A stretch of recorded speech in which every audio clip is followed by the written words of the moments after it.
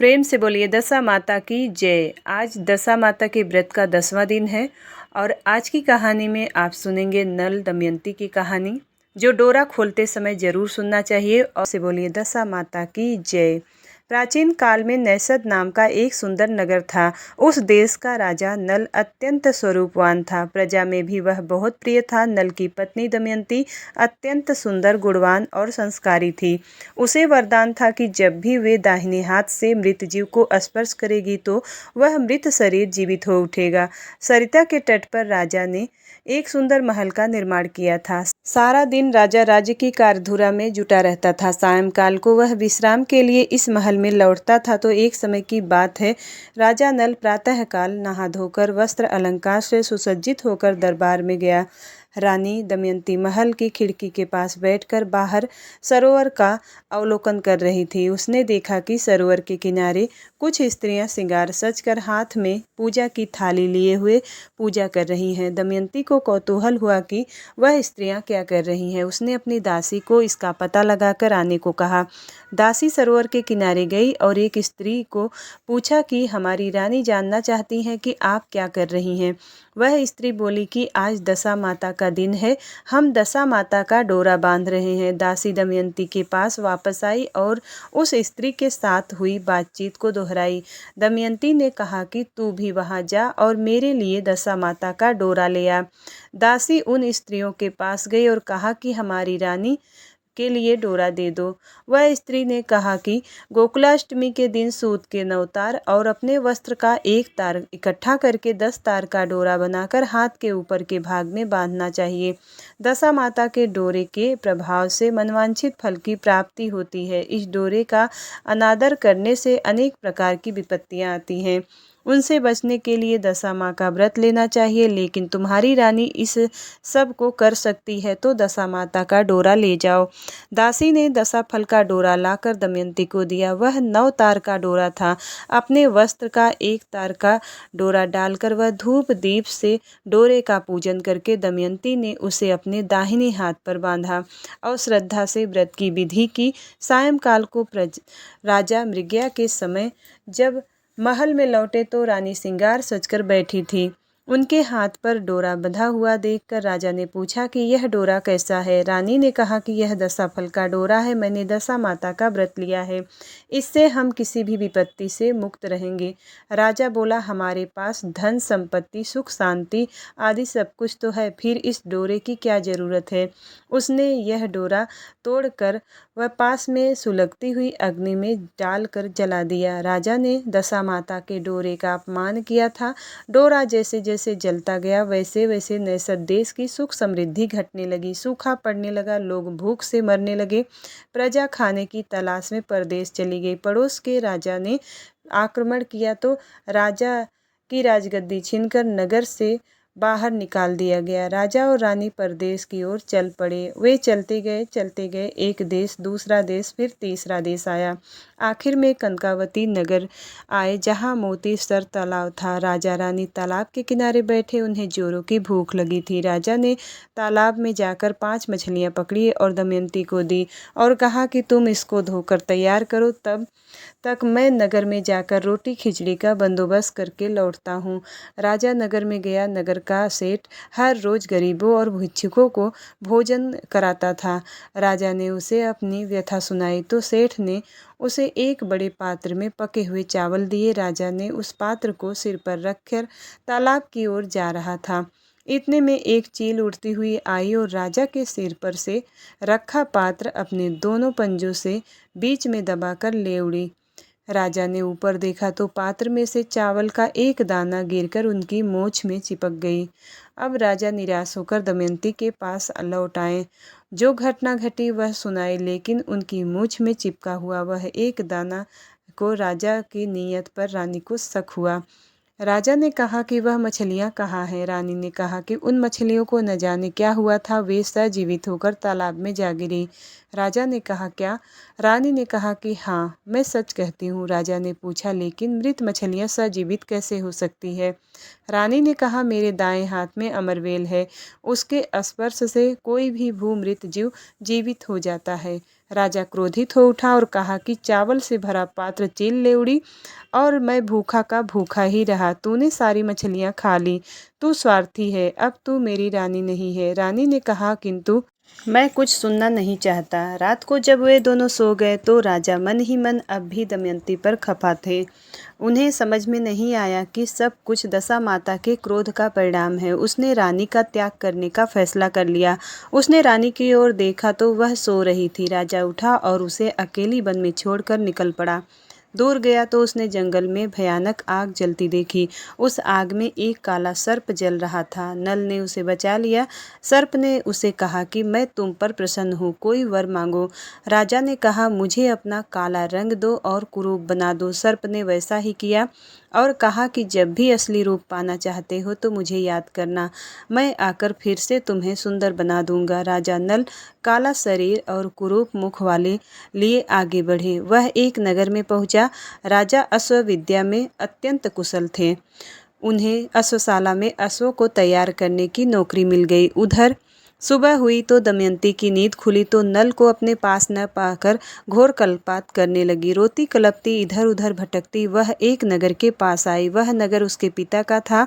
उसने दासी को बुलवाया और दासी दशा माता के कोप के कारण उसे पहचान न सकी। दासी को विनती करके वह भी महल में दासी बनकर काम करने लगी। उसका कार्य भोजन बनाना, अपनी रानी अर्थात माँ के केस गूंथना और उनकी अन्य सेवाएं करना। महल के उसके माता पिता तो क्या, कोई भी उसको पहचान नहीं पाया। किसी को भी वह अपना परिचय भी नहीं दिया। इस प्रकार सेवा करते करते दिन बीतते गए। सप्ताह पर सप्ताह बीते, एक वर्ष बीत गया। फिर दिवासा का दिन आया। दासी रूप में दमयंती ने दशा फल का डोरा लेकर दशा माता का व्रत लिया। उसी समय उसकी माँ अर्थात रानी स्नान करने बैठी थी। उसने अपना हार दमयंती को रखने के लिए दिया और पीतल के घड़े में पानी भर के लाने को कहा। दमयंती ने वह हार खूंटी में टांग दिया और पानी लेने गई तो जैसे ही घड़ा पानी में डुबाया वह अदृश्य हो गया। दमयंती ने देखा तो हार भी गायब था। वह घबराई और दौड़ती दौड़ती रानी के पास आई और सारी घटना सुनाई। रानी को उसकी बात पर विश्वास न बैठा। उसने चोरी के इल्जाम में उसे महल से बाहर निकलवा दिया। दमयंती रोती रोती नगर के बाहर आई। वह सोचने लगी कि अब वह कहाँ जाए। अंधेरा भी होने लगा था। उसने सामने अश्वशाला देखी तो सोचा कि क्यों न आज की रात यहीं पर गुजार ली जाए। वह अश्वशाला में घास पर लेटी लेटी और दशा माता को प्रार्थना करने लगी कि माँ मेरी दशा सुधारो। प्रार्थना करते करते उसे नींद आ गई। सपने में उसे अपने इष्ट देव ने दर्शन दिए। उन्होंने दमयंती से कहा कि पुत्री, अब तेरी दशा बदलने वाली है। दशा माँ का नाम लेकर दशा फल का डोरा छोड़कर दशा माता को दीप कर, तेरे सारे संकट नष्ट हो जाएंगे। सपने में ही दमयंती ने इष्ट देव से कहा कि हे प्रभु, मेरे पास तो कुछ नहीं है, दीप जलाने को घी कहाँ से लाऊं। इष्ट देव ने कहा कि घोड़े की लीद से दीप बना, पूजा में सुपारी के स्थान पर एक चना रख, एर दीप में घी की जगह घास का बुरादा पुरना। मैं 5 साल का बालक बनकर आऊँगा और तेरी कथा सुनूंगा। दमयंती ने इष्ट देव की सूचनाओं का पालन किया। इष्ट देव ने 5 साल के बालक का रूप लिया और कथा सुनने बैठे। कथा समाप्त हुई। पूजा में रखी हुई सभी चीज़ें शांत हो गई। उसी दिन दशा माता ने दमयंती के पिता को सपने में कहा कि हे राजा, तेरे घर में जो नई दासी आई थी वह कहाँ पर है। राजा ने कहा कि वह तो चोर है, हमने उसे महल से बाहर निकाल दिया है। दशा माता ने कहा, नहीं, वह निर्दोष है, वह अभी अश्वशाला में है। उसने मेरे व्रत का समापन किया है, मैं उस पर प्रसन्न हूँ, उसे वापस बुला ले। वह दासी नहीं है, तेरी पुत्री दमयंती है। राजा ने तुरंत दमयंती को महल में बुलवाया और पूछा, तू कौन है। दमयंती उसके पैरों में पड़ी और कहा कि मैं ही आपकी पुत्री दमयंती हूँ। मैंने दशा माता का डोरा बांधा था, लेकिन मेरे पति नल राजा ने उसे तोड़कर अपमानित किया। उसी के कारण हमारी यह अवदशा हुई है। अब रानी दमयंती पिता के घर में आनंद से रहने लगी। दिन पर दिन बीतते गए। दमयंती एक सुशील नारी थी। राजा नल के बिना उसे चैन नहीं पड़ता था। वह सदैव उसे ही याद किया करती थी। यह बात उसके चेहरे पर उसके पिता ने पढ़ ली थी। राजा ने रानी से कहा कि दमयंती का विवाह किसी और से कर दिया जाए तो कैसा रहेगा। रानी ने कहा, ठीक है। उन्होंने यह बात दमयंती से कही तो उसने कहा कि पिताजी, सिर्फ नल ही मेरे पति हैं, कुछ भी करो लेकिन कैसे भी राजा नल को खोजो। लेकिन कैसे? दमयंती ने कहा, मेरा स्वयंवर रचिए, उसमें देश परदेश से राजा आएंगे, उन सब में मैं राजा नल को पहचान कर उनके गले में वरमाला डालूंगी। दमयंती के पिता ने उसकी बात मानकर स्वयंवर रचाया और सब राजाओं को आमंत्रण भेजा गया। नल जिस राजा के यहाँ अश्वशाला में काम करता था, उस राजा को भी आमंत्रण मिला। बहुत समय न था, उसने नल से कहा कि अच्छे से अच्छे घोड़ा निकालो, हमें स्वयंवर में जाना है। नल ने रथ को तैयार किया। दमयंती के पिता नल की खोज में थे। उन्होंने नगर में ढिढोरा पिटवा दिया था कि आज कोई अग्नि नहीं जलाएगा। उन्होंने अपने गुप्तचरों को भी आदेश दिया था कि चारों ओर नजर रखना। इस तरफ नल के राजा को भूख लगी थी तो उन्होंने खिचड़ी खिलाने के लिए हाथ से अग्नि जलाकर खिचड़ी पकाई। गुप्तचरों ने यह बात राजा को कही। राजा ने यह बात दमयंती को दोहराई तो दमयंती बहुत खुश हुई। वह जानती थी कि ऐसा सिर्फ उसका पति नल ही कर सकता है। तुरंत ही उसने स्वयंवर की हथनी को श्रृंगार करवाया और कलश लेकर चल पड़ी। राजा कतारबद्ध खड़े थे। हथनी उसके पास गुजरी। पहला राजा, दूसरा राजा, तीसरा राजा। फिर हथनी ने कुरूप राजा नल पर ही कलश उतारा। दमयंती नल के पास गई और पैरों में पड़कर गिड़गिड़ाने लगी, मैंने आपको पहचान लिया है, आप अब अपना रूप बदलकर अपने असली स्वरूप में आइए। राजा नल ने सर्प को याद किया। उसने मूल स्वरूप वापस देने की विनती की। थोड़ी ही क्षणों में कालकुरूप नल रूपवान हो गया। नल और दमयंती अब सुख चैन से रहने लगे। दिन पर दिन बीतते गए। दशाफल के डोरे व व्रत के कारण राजा नल की दशा बदल गई। रानी दमयंती के साथ उन्होंने नैसद देश की ओर प्रस्थान किया। दमयंती के पिता ने उन्हें सुवर्ण मोहरे और हाथी घोड़ा आदि दिए थे। रास्ते में कनकावती नगरी और मोतीसर तालाब आए। तालाब के पास दमयंती ने थोड़ा विश्राम लेना चाहा। तालाब के किनारे बैठी तो एक कोने से 5 सोने की मछलियां पड़ी मिली। वे आगे बढ़े। नगर सेठ का नगर आया। सेठ ने जिस पात्र में राजा को भोजन दिया था वह पात्र भी सोने का होकर रास्ते में पड़ा था। इस प्रकार दशाफल के डोरे ने नल और दमयंती की दशा संपूर्णतः सुधार दी। वे और आगे चले तो नल राजा की बहन का घर आया। वह उसे मिलने गया। नल दमयंती भोजन के लिए बैठे। राजा नल ने भोजन करते समय विचित्र चेष्टा की। वह एक ग्रास स्वयं खाते तो दूसरा ग्रास अपने सोने की अंगूठी को खिलाते। उसकी बहन ने पूछा कि यह सब क्या कर रहे हो? नल ने कहा कि बहन, यह मेरा स्वागत और मान सम्मान है। वह मुझे नहीं, मेरी धन संपत्ति को मिल रहा है। जब मेरी बुरी दशा चल रही थी तब तुमने मुझे खाने के लिए खिचड़ी भेजी थी। अब आज मेरी अच्छी दशा चल रही है तो तालाब के किनारे सोने की मछलियाँ मिली हैं। नगर सेठ का दिया हुआ पात्र भी सोने का हो गया है। यह सब धन को आभारी नहीं तो और किसे है? बहन ने कहा, मैं तो इसके बारे में कुछ नहीं जानती। राजा ने कहा कि चलो जमीन खोद कर देखें। सब वहाँ गए तो जमीन खोदी तो खिचड़ी से भरा पात्र भी सोने का बन गया था। यह दशा माता की कृपा दृष्टि थी। नैसद नगर वापस आकर दशा माता की कृपा से राजा नल ने और रानी दमयंती सुखपूर्वक शांति से रहने लगे। दशा फल का डोरा लेकर दमयंती ने दशा माँ का व्रत लिया। माँ उन पर प्रसन्न हुई। उसी प्रकार हे दशा माता, सबके ऊपर प्रसन्न होना, सभी का कल्याण करना, सभी को सुख शांति प्रदान करना। जय दशा माँ, जय दशा माँ। एक राजा की 2 रानियां थी। वह बड़ी रानी को संतान नहीं थी और छोटी रानी के पुत्र था। राजा छोटी रानी और राजकुमार को बहुत प्यार करता था। बड़ी रानी छोटी रानी से ईर्ष्या करने लगे। बड़ी रानी राजकुमार के प्राण हर लेना चाहती थी। एक दिन राजकुमार खेलता खेलता बड़ी रानी के चौक में चला गया। बड़ी रानी ने राजकुमार के गले में एक काला सांप डाल दिया। छोटी रानी दशा माता का व्रत किया करती थी। राजकुमार दशा माता का ही दिया हुआ था। दशा माता की कृपा से राजकुमार के गले में सांप बिना नुकसान पहुंचाए चला गया। दूसरे दिन बड़ी रानी ने लड्डुओं में जहर मिला कर दिया और राजकुमार को खाने के लिए दिए तो राजकुमार जैसे ही लड्डू खाने लगा तो दशा माता एक दासी का रूप धारण करके आई और राजकुमार के हाथ से वह लड्डू छीन लिए। बड़ी रानी का यह वार भी खाली गया। रानी को बड़ी चिंता हुई कि किसी भी तरह से राजकुमार को मारना है। तीसरे दिन जब राजकुमार फिर से बड़ी रानी के आंगन में खेलने गया तो रानी ने उसे पकड़कर गहरे कुएं में ढकेल दिया। चूँकि कुआं बड़ी रानी के आंगन में ही बना था, इसलिए किसी को भी पता नहीं चला कि राजकुमार कहाँ गया। लेकिन जैसे ही बड़ी रानी ने राजकुमार को कुएं में ढकेला तो दशा माता ने उसे बीच में ही रोक लिया। इधर दोपहर हो जाने पर राजकुमार के न लौटने पर राजा व छोटी रानी को बहुत चिंता सताने लगी। दशा माता को इस बात की बहुत चिंता हुई कि राजकुमार को उसके माता पिता के पास किस प्रकार पहुंचाया जाए। राजकुमार की तलाश करने वाले कर्मचारी निराश होकर बैठ गए। राजा व छोटी रानी पुत्र शोक में रोने लगे। तब दशा माता ने भिखारी का रूप धारण किया और राजकुमार को गले से लगाए राज दरबार में पहुंची।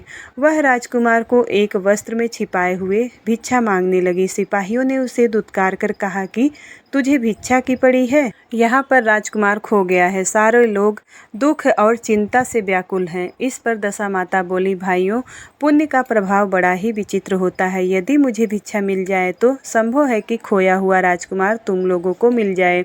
यह कहकर वह देहरी पर पैर रखने लगी। सिपाहियों ने उन्हें आगे बढ़ने से रोका।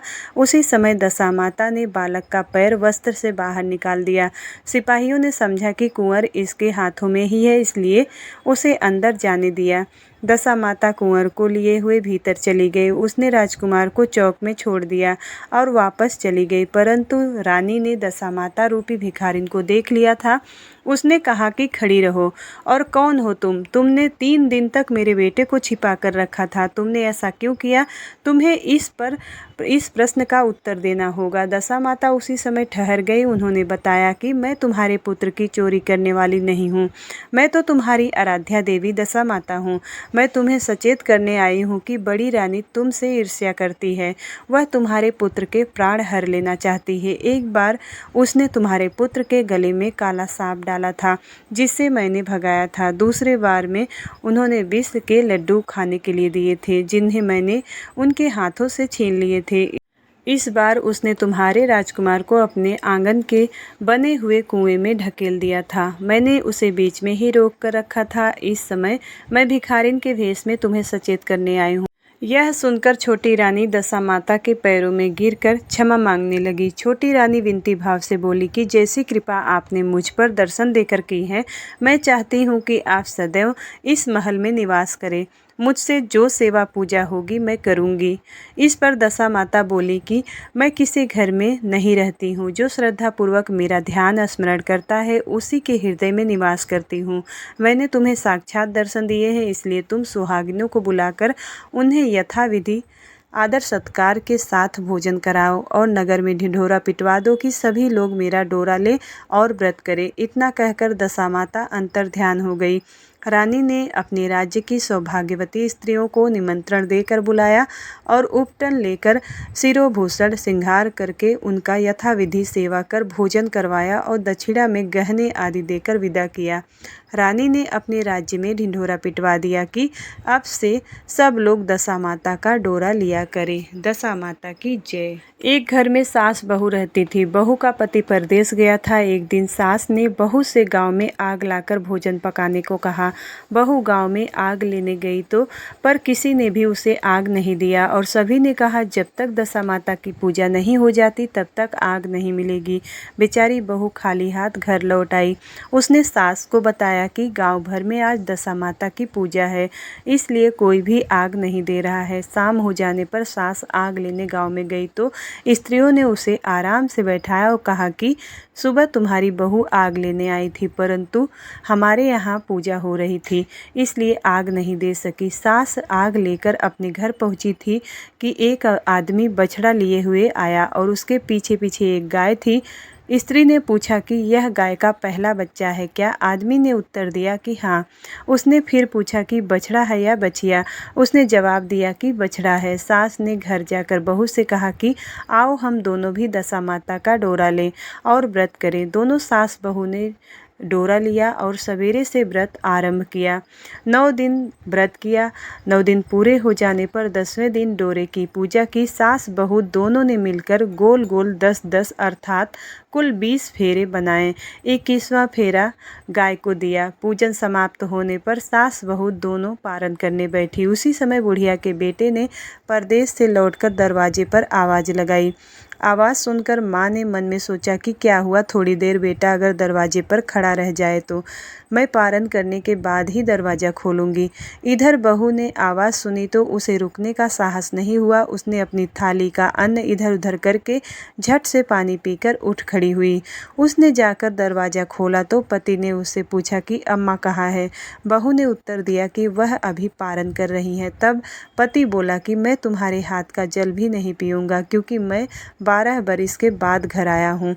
इतने दिनों तक न जाने तुम किस प्रकार रही होगी। अम्मा आएगी वह ही जल लाएगी, तब ही मैं जल पीऊँगा। यह सुनकर स्त्री चुपचाप बैठ गई। इतने में उसकी अम्मा पारण करके अपनी थाली धोकर पी चुकी थी। वह लड़के के पास गई तो लड़के ने माँ के पैर छुए।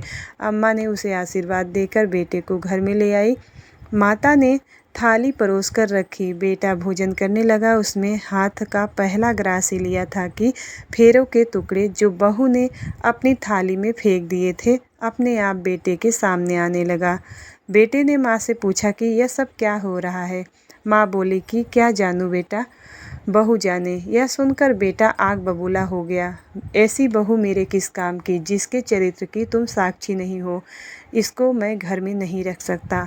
इसे अभी घर से निकालो। यदि ये घर में रहेगी तो मैं इस घर में नहीं रहूँगा। माँ ने बेटे को व्रत के पारण का सब हाल बताकर इस तरह से समझाया, परंतु वह मानने को तैयार ही नहीं हुआ।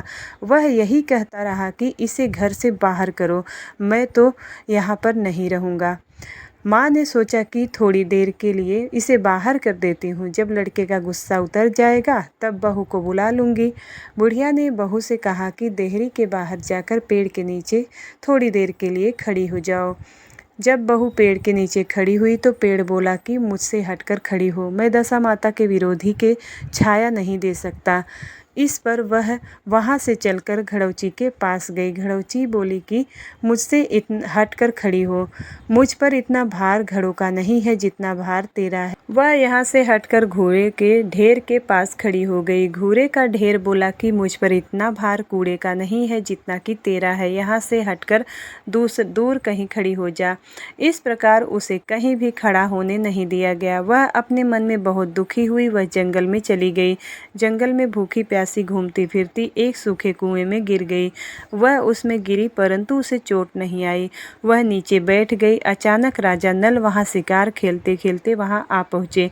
उनके साथी बिछुड़ गए थे। वह प्यास के कारण उसी कुएं पर आए जिसमें वह स्त्री बैठी थी। राजा नल के भाई ने कुएं में पानी के लिए लोटा डाला तो उस स्त्री ने लोटे को पकड़ लिया। भाई ने नल से कहा कि इस कुएं में किसी ने लोटा पकड़ लिया है। तब राजा नल ने कुएं पर आकर कहा कि तुम यदि पुरुष हो तो मेरे धर्म के भाई हो, यदि स्त्री हो तो मेरे धर्म की बहन हो। तुम जो भी हो बोलो, मैं तुम्हें बाहर निकाल लूँगा। स्त्री ने आवाज़ दी। राजा ने उसे बाहर निकाल लिया तथा हाथी पर बैठाकर अपनी राजधानी ले आया। महाराज को शिकार से लौटकर महलों की ओर आते देखकर सबने महारानी को महाराजा के आने की सूचना दी। सेवकों ने एक स्त्री को हाथी पर बैठा देखकर रानी को बताया कि महाराज एक नई रानी को साथ में लेकर आ रहे हैं। यह जानकर रानी बड़ी दुखी हुई। इतने में महाराजा भी वहां आ गए और रानी ने हाथ जोड़कर विनती की कि महाराज, मुझसे ऐसा कौन सा गलती हो गई है जो मेरे रहते ही आपने दूसरा विवाह कर लिया है। राजा नल ने हंसकर उत्तर दिया कि वह तुम्हारी सौत नहीं ननद है, मेरी धर्म की बहन है। तुम्हें उसके साथ अपनी सगी ननद की तरह बर्ताव करना चाहिए। यह सुनते ही महारानी का मुख प्रसन्नता से कमल की भांति खिल उठा। वह बोली, अब तक ननद का सुख नहीं जानती थी, अच्छा हुआ जो मुझे भाग्य से ननद मिल गई। राजा ने उसका नाम मुँह बोली बहन रखा और उसके लिए अलग महल बनवाया। उसके लिए अब दिन सुखपूर्वक बीतने लगे। अब एक दिन राजा की घोड़ी का बच्चा हुआ था। राजमहल की स्त्रियां बधाई गीत गाने लगी। मुंह बोली बहन ने अपने दासियों से कहा कि बाहर जाकर पता करो कि किस बात की बधाई गीत गाई जा रही है। दासियों ने बताया कि महाराजा की घोड़ी अच्छी घड़ी में एक उत्तम बछड़े को जन्म दिया है, उसकी बधाई गीत गाई जा रही है। मुंह बोली बहन ने पूछा कि क्या घोड़ी ने पहली बार बच्चा जन्म दिया है? दासियों ने उत्तर दिया कि हाँ। तब मुंह बोली बहन ने महारानी के पास जाकर कहा कि आओ भाभी रानी, आज हम दोनों दशा माता का डोरा लें।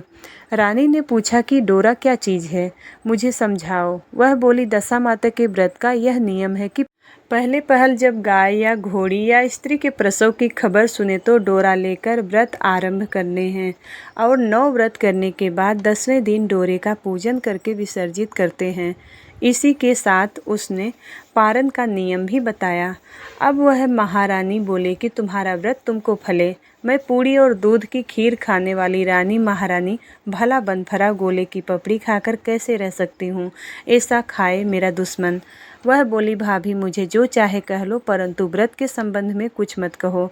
मैं इसी व्रत के उल्लंघन के कारण ही मारी मारी फिरती आपके देश में आ गई हूँ। महारानी ने उदासीनता के साथ मुझे क्या पड़ी है, तुम्हें जो अच्छा लगे वह करो, मैं तो मना नहीं कर रही हूँ। मुंह बोली बहन ने श्रद्धापूर्वक डोरा लिया। 9 दिन तक व्रत किए। 10वें दिन विधिवत पूजन किया, गोला फरा बनाए और संध्या को पारण करने बैठी। उसी समय उसके पति को अचानक कुछ प्रेरणा से हुई और वह अपनी माता से आज्ञा लेकर अपनी पत्नी को ढूंढने चल दिया।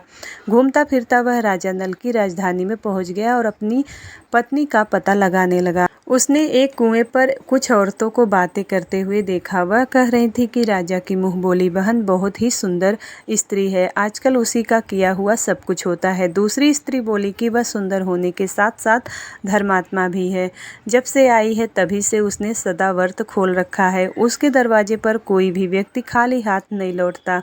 तीसरी स्त्री बोली कि वह जैसी धर्मात्मा है वैसी ही सदाचारी भी है। चौथी स्त्री बोली कि वह सदाचारी और सर्वप्रिय भी है, सभी प्रजा उससे बहुत खुश हैं। पांचवी स्त्री बोली कि यह सब तो सही है, परंतु अब तक वह उसका पता नहीं चल पाया कि वो कौन है और कहाँ की रहने वाली है। उन औरतों की बात सुनकर वह साधु के वेश में राजा नल के मुंह बोली बहन के महल के द्वार पर जा पहुँचा। वहाँ उसने भिक्षा के लिए आवाज़ लगाई तो द्वारपाल उसे भिक्षा देने निकले। अब वह द्वारपाल के हाथों से भिक्षा लेने से मना कर दिया और बोला कि भिक्षा देने वाली स्वामिनी को हाथ से ही भिक्षा ग्रहण करूँगा, नहीं तो अपने रास्ते चला। तब द्वारपाल ने उससे कहा कि इस समय वह दशा माता का व्रत करके पारण कर रही हैं, पारण समाप्त होने के बाद ही वह तुमको भिक्षा दे सकती हैं, तब तक तुम इंतज़ार करो। वह चुपचाप बैठकर इंतज़ार करने लगा। पारण करके उसके बाद मुट्ठी भर मोती लेकर आए, परंतु सामने अपने पति को पल्ला फैलाए देखकर वह मुस्कुराती हुई लौट गई। दोनों एक दूसरे को पहचान लिए थे। महारानी ने मुँह बोली ननद को मुस्कुराते हुए देखकर कहा कि जब से तुम यहाँ पर आई हो तब से तुम्हें मुस्कुराते हुए नहीं देखा था। इस साधु को देखकर हंसने का क्या कारण है? मुँह बोली बहन ने उत्तर दिया कि वह साधु हमारे घर का है। रानी ने पूछा तब ऐसे क्यों आया है? उसने कहा कि वह अभी मेरा पता लगाने आया है। महारानी ने राजा नल से कहा कि तुम्हारी मुँह बोली बहन के घर से लोग आए हैं। राजा ने कहा कि उससे कह दो कि अभी यहाँ से घर जाकर हमारी हैसियत के हिसाब से आएँ, तब मैं बहन की विदाई करूंगा। राजा नल की मुँह बोली बहन का पति घर जाकर अपनी माँ से बोला कि तुम्हारी बहू राजा नल के यहाँ उसकी बहन बनकर रह रही है। वह रोज सदा व्रत करती है और नियम धर्म से दिन बिताती है। तब उसकी माता ने आज्ञा दी कि बहू को ले आओ। वह डोली, पीनक, बाजे गाजे, कहार आदि के साथ यथाचित सज धज कर राजा नल की राजधानी को चल दिया। राजा ने उसका यथोचित आदर सत्कार किया और कुछ दिन मेहमानी में रखकर विधिपूर्वक बहन की विदाई की। जब वह महल के बाहर निकल चलने लगी तो महल भी उसके पीछे पीछे चलने लगा। तब महारानी बोली कि ननद जी, तुम तो चली और मेरा महल भी ले चली, जरा पीछे मुड़कर तो देख जाओ। ज्यों ही उसने मुड़कर पीछे देखा तो राजा का संपूर्ण राजसी वैभव अचानक लुप्त हो गया। राजा की मुँह बोली बहन तो अपने पति के साथ आनंद से रहने लगी, परंतु राजा नल व रानी का यह हाल हो गया कि वह दोनों कमरी कथरी ओढ़े फिरने लगे। उनके भोजनालय में पत्ते खड़खड़ाने लगे। राजा नल ने रानी से कहा कि अब हमें यहाँ से कहीं दूसरी जगह चले जाना चाहिए।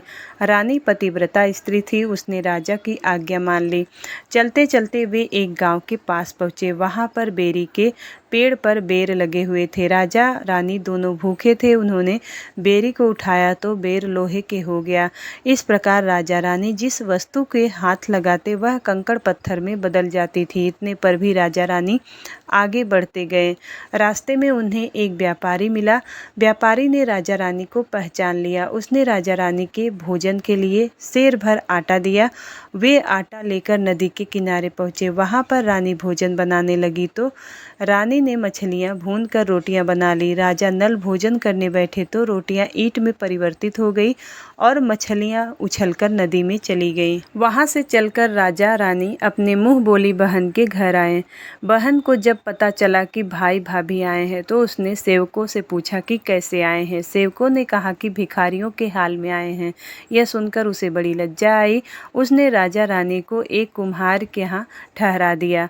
शाम को थाल सजाकर बहन स्वयं भाभी से मिलने कुम्हार के घर गई।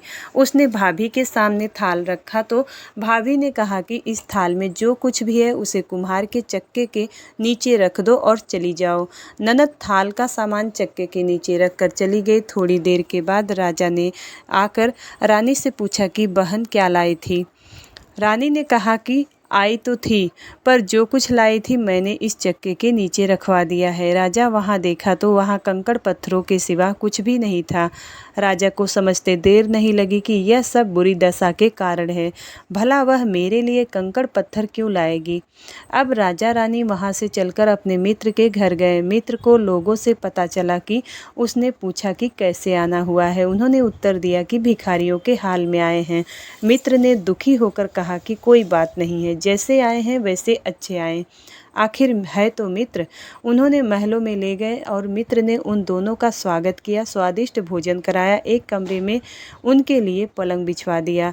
उस कमरे में एक खूंटी पर नौलखा हार टंगा हुआ था। आधी रात के समय राजा सो गए थे परंतु रानी जाग रही थी। रानी ने देखा कि हार वाली खूंटी के पास दीवार में एक मोर का चित्र बना हुआ था। मोर धीरे धीरे हार को निगल रहा था। रानी ने राजा को जगाकर यह दृश्य दिखाया। राजा ने सोचा कि यहाँ से चुपचाप भाग चलना चाहिए, नहीं तो सवेरे चोरी का कलंक लगेगा। तब मित्र को क्या मुख दिखाऊंगा। बेचारे राजा और रानी ही रात में ही उठकर जंगल की तरफ चल पड़े। दोनों चलते गए। एक दूसरे राजा की राजधानी में पहुंचकर वहां अतिथि और भिक्षुकों को सदाव्रत दिया जाता था। वे दोनों भी सदाव्रत लेने गए परंतु उस समय सदाव्रत बंद हो चुका था। वहां के अधिकारियों ने कहा यह लोग न जाने कहां के अभागे आए हैं, इन्हें देने के लिए कुछ भी नहीं बचा है, फिर भी इन्हें एक एक मुट्ठी चना दे दो। उन्होंने इस प्रकार से अनादर और कड़वी बातें सहित दान लेना अस्वीकार कर दिया। वे दानाध्यक्ष की निंदा करते हुए बोले कि ऐसी कंजूसी है तो सदाव्रत देने का नाम ही क्यों करता है। दानाध्यक्ष बोला कि यह तो बड़ा घमंडी भिक्षुक लगता है, भीख मांगता है और गाली भी देता है, इनको हवालात में बंद कर दो। अब इस प्रकार दोनों को एक कोठरी में बंद कर दिया गया। एक एक मुट्ठी चने दोनों को खाने के लिए मिलने लगा। जिस कोठरी में राजा रानी दोनों बंद किए गए थे उसी के पास आम रास्ता था। एक जमादारनी राजा की घुड़साल साफ करने उसी रास्ते से निकला करती थी। एक दिन वह बहुत देर से निकली। रानी उससे पूछने लगी कि आज तुम्हें इतनी देर कैसे हो गई। वह बोली कि आज राजा की घोड़ी का बछड़ा हुआ है, उसकी टहल में देर हो गई। रानी ने पूछा कि घोड़ी का पहला प्रसव है क्या। जमादारनी ने बताया कि पहली बार। रानी ने पूछा कि बछड़ा हुआ है या बछड़ी। जमादारनी ने बताया कि बहुत अच्छा बछड़ा हुआ है। यह सुनकर रानी ने राजा से कहा कि एक बार मैंने तुम्हारी मुँह बोली बहन के डोरे का अनादर किया था, उसी दिन से हमारी दशा बदल गई है। मैं आज दशा माता का डोरा लेना चाहती हूँ। राजा ने कहा कि परंतु यह पूजा सामग्री कहाँ से आएगी, उसके नियम धर्म का पालन कैसे होगा। रानी ने उत्तर दिया कि दशा माता ही सब कुछ करेंगी, मैं तो उन्हीं का नाम लेकर डोरा लेती हूँ, फिर जो होगा देखा जाएगा। रानी ने तो 9 तार का डोरा, राजा की पगड़ी और एक तार का अपने आंचल से लेकर अपना डोरा तैयार किया और उसी समय व्रत करने लगी। थोड़ी देर में ही वहाँ का राजा अपनी घोड़ी को देखने के लिए उसी रास्ते से निकला। राजा ने नल दमयंती को देखा तो कोठरी में बंद देखकर पूछा कि वे लोग कौन हैं और इनका क्या अपराध है। पहरेदारों ने कहा कि ये लोग भिक्षा लेने आए थे, ये आपको आशीर्वाद देने के बदले गालियां दे रहे थे, इसी कारण दानाध्यक्ष ने इन दोनों को कैद में डाल दिया है। राजा ने कहा, यह तो इनका कोई अपराध नहीं है, इनको मनवांछित भिक्षा नहीं मिली होगी इसलिए ये गालियां देने लगे होंगे। इनको संतुष्ट करना चाहिए था, न कि कैद में डाल देना चाहिए। इनको अभी रिहा करो। राजा की आज्ञा से उसी समय दोनों को कोठरी से बाहर निकाला गया।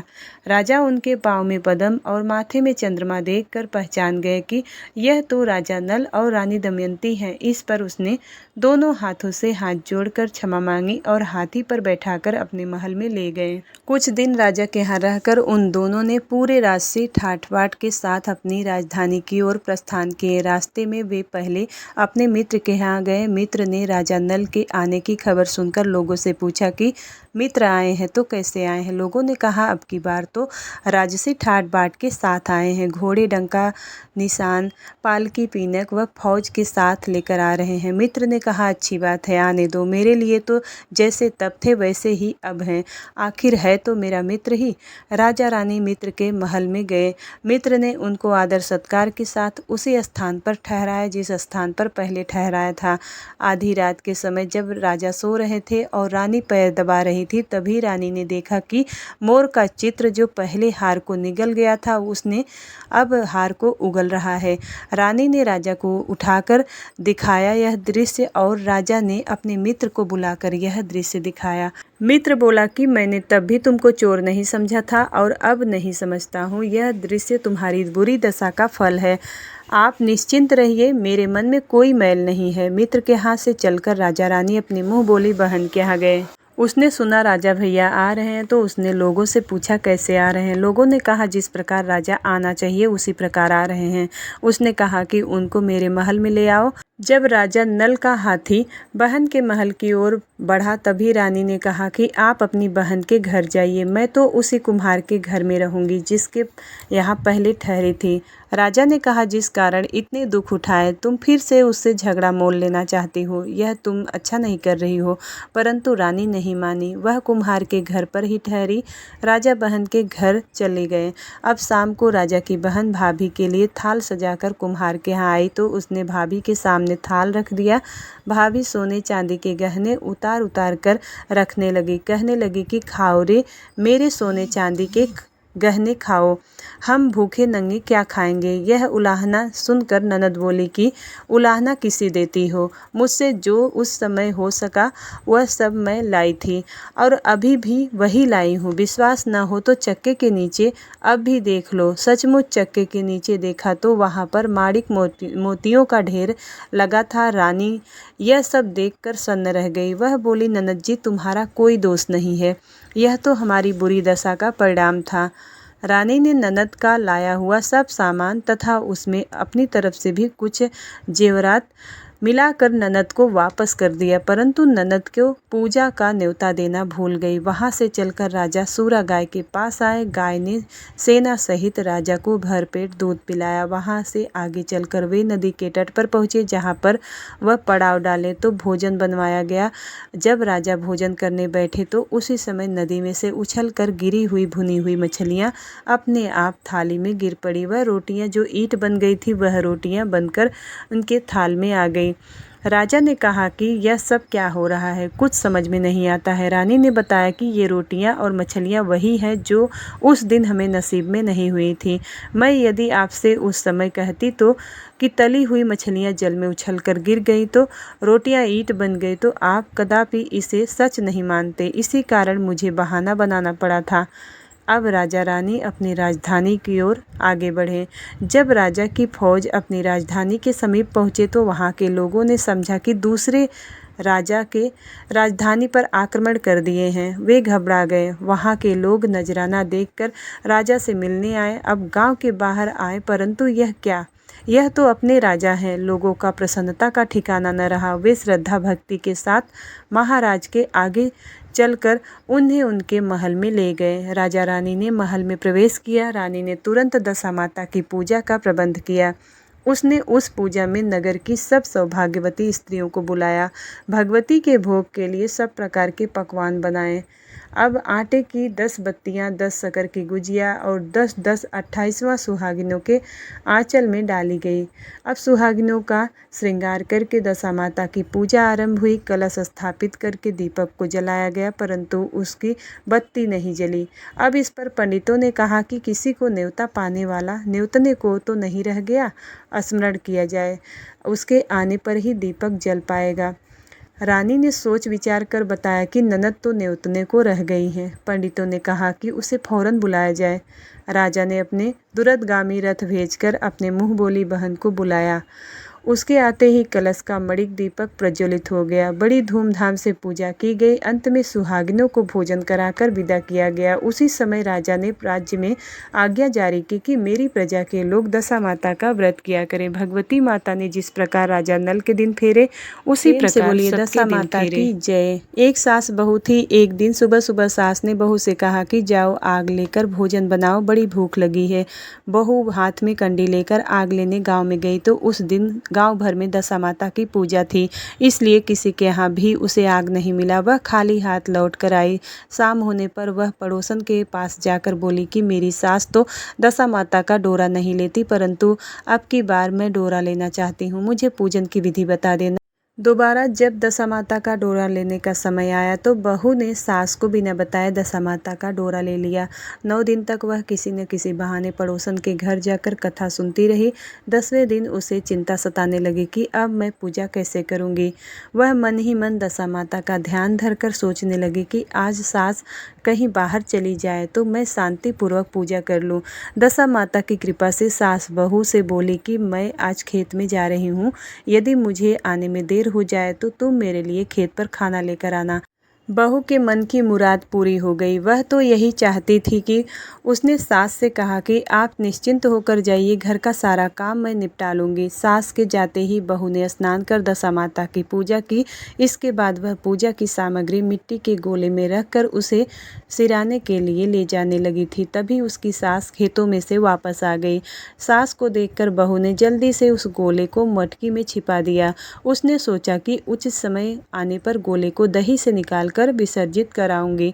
सास ने आते ही बहू से कहा कि तुम मुझे खाना देने क्यों नहीं आई, अब तक क्या कर रही थी। बहू ने कहा कि आज मैंने सर के बाल धोए थे, इसके लिए सूखने में देर हो गई, इस कारण भोजन बनाने में देर हो गई। मैं थाली लगाती हूँ, आप गुस्सा त्याग कर भोजन कीजिए। सास का गुस्सा कुछ ठंडा हुआ। वह पैर धोकर चौके पर बैठ गई थी। अब उसका बेटा भी वहां पर आ गया। वह भी अपने माता के साथ भोजन करने बैठ गया। सास भोजन करके उठना ही चाहती थी कि उसका बेटा बोला कि मुझे तो दही चाहिए। सास ने बहू से दही देने के लिए कहा। बहू बोली मैं तो रसोई में हूँ, आप ही इन्हें दे दें। सास हाथ धोकर दही लेने गई, परंतु जैसे ही उसने छाछ की मटकी उठाई तो उसमें कुछ खड़खड़ाने की आवाज़ आई। उसने हाथ डालकर देखा तो उसे एक बड़ा सोने का गोला मिला। सास ने आश्चर्य से बहू से पूछा कि इस छाछ की मटकी में यह सोने का गोला कैसे आया? इसे तुम कहाँ से चुरा कर लाई हो? यहाँ क्यों छिपा कर रखा है? मैं यह समझ गई कि इसी वजह से तुम छाछ देने नहीं उठी। इसका भेद बताओ। बहू बोली मुझे कुछ नहीं पता, मेरी दशा माता जाने। मैंने आपको बताए बिना दशा माता का डोरा लिया था और उनकी पूजा की थी। आपके आ जाने के कारण मैं डोरे को विसर्जित करने नहीं जा सकी। आपके डर से मैंने इसे छाछ की मटकी में छिपा दिया था। दशा माता ने इस गोले को सोने का बना दिया, मैं इसमें क्या कर सकती हूँ। सास ने बहू को गले लगा लिया और कहा कि अब मैं भी तुम्हारे साथ डोरा लूँगी और विधिवत व्रत और पूजा किया करूँगी। हे दशा माता, जैसे आपने इनको दिया वैसे ही सब भक्तों पर कृपा करना। प्रेम से बोलिए दशा माता की जय। एक साहूकार था, उसके परिवार में 5 पुत्र व उनकी बहुएं तथा एक पुत्री थी। पुत्री का विवाह हो चुका था, परंतु उसका गौना नहीं गया था। इस कारण वह भी अपने माता पिता के घर में रहती थी।